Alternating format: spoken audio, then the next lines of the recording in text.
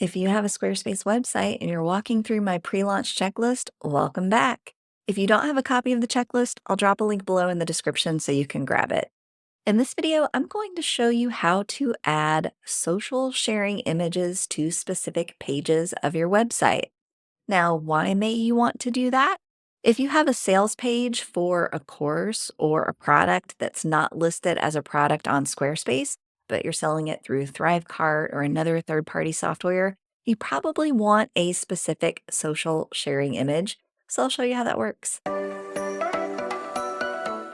All right, I am here in my website and I'm going to show you how I have the social sharing image set up for some of my pages.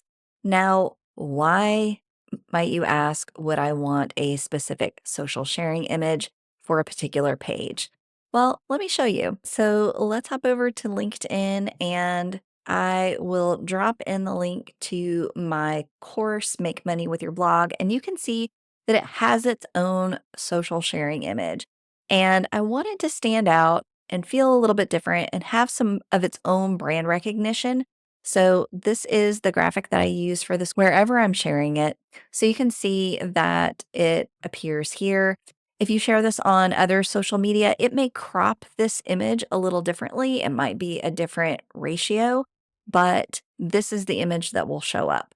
So if you have a particular page on your website that warrants its own social sharing image, like a course or a service that you want to draw attention to, let me show you how to add that. On any of these pages, you'll click the cog icon, you'll click social image, and this, unless you've added something here, will be blank. So let me remove this image.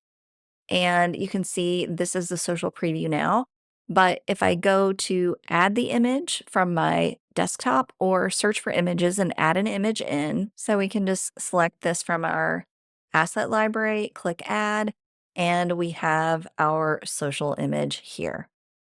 Now, you don't need to do this for blog posts or shop products, anything that's in a collection, because your thumbnail there automatically becomes the social sharing image. So let's take a look at my most recent blog post here, Speed Up Your Workflow with a Starter Template. And if I come back to LinkedIn and I remove this and I drop in a link to that blog post, you will see that it loads my blog post thumbnail here. So if you have a featured image for a product or a thumbnail for a blog post, that will show here and you don't need to add anything else.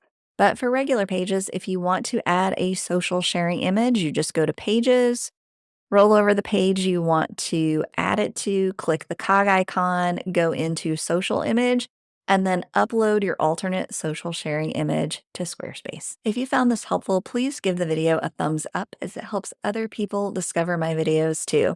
Thanks for watching, and I wish you all the best with your website.